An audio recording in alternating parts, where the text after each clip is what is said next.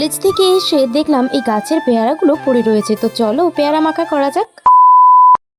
Hi everyone, কেমন আছো তোমরা সবাই? আমার নতুন একটা মিনি ব্লগে তোমাদেরকে আবার সবাইকে ওয়েলকাম। তো চলো আজকে পেয়ারা মাখার রেসিপিটা তোমাদের সাথে শেয়ার করি। যদিও তোমরা সবাই জানো, চলো আমি কিভাবে পেয়ারা মাখাটা করি এই বর্ষার পেয়ারাগুলোকে, সেটাই তোমাদেরকে দেখাবো। কলেজ এবং সমস্ত কাজবাজ সেরে যখন বাড়ি ফিরলাম, দেখলাম ঝুড়িতে এই গাছের পেয়ারাগুলো পড়ে রয়েছে।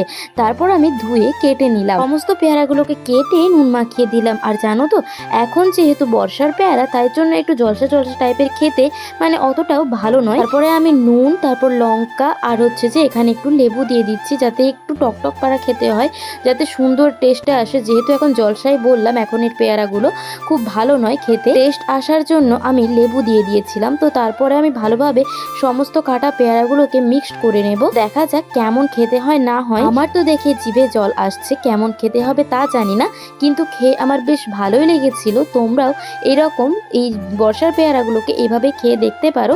তো লঙ্কা দিয়ে যেহেতু মেখেছি, ভালোভাবে হাত না ধুলে চোখে দিলেই তো গেল। তারপরে প্রচন্ড ঝাল লেগেছিল, তাই জন্য মিষ্টি নিয়ে বসে পড়েছিলাম। লঙ্কাটা প্রচন্ড ঝাল ছিল। আর এই যে এখানে মনু ঘুমোচ্ছিল, আমি মনুকেই তুলছিলাম। আমি নিজেই পেয়ারা মাখাটায় এত ঝাল দিয়েছিলাম যে শেষ পর্যন্ত খেতেই পারলাম না, ফ্রিজে বন্দি করে রেখে দিলাম। তারপরে আমার কিছু কাজ ছিল, মানে আঁকার কিছু কাজ ছিল, সেগুলোই আমি করছিলাম বসে বসে।